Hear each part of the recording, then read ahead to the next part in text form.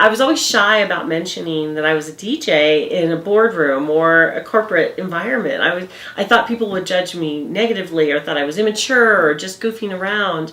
And what I found is I was completely dead wrong.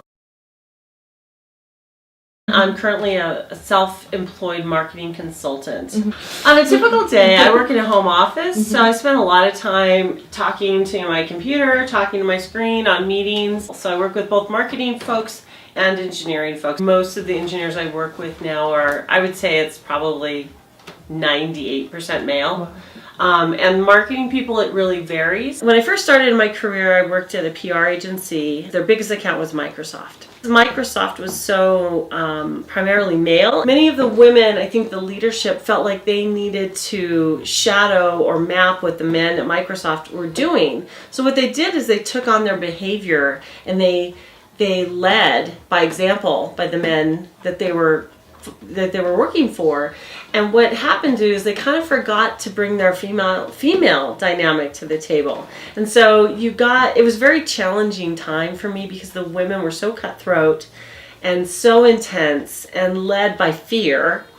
I think instead of being truly intact with their masculinity and their femininity, which is so important. I've always loved music. I've always been an audiophile. I've always had the biggest, noisiest, loudest, fanciest speakers in my car or whatever.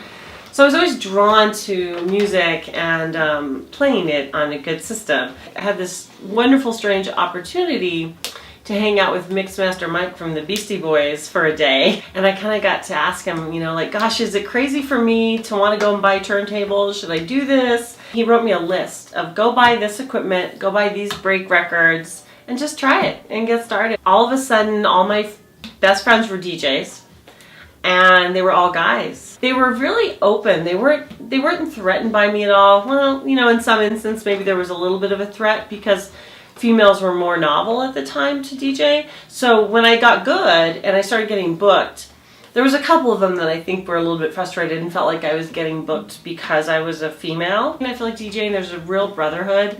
It doesn't matter if you're male or female, that there's this natural connection through the music that I felt so empowered. And that's how I got started DJing. And then once I got started and I suddenly had a whole new group of friends, a whole new community that I felt like such a natural part of, that it was natural for me to continue it. And now I've been doing it for 19 years alongside my marketing.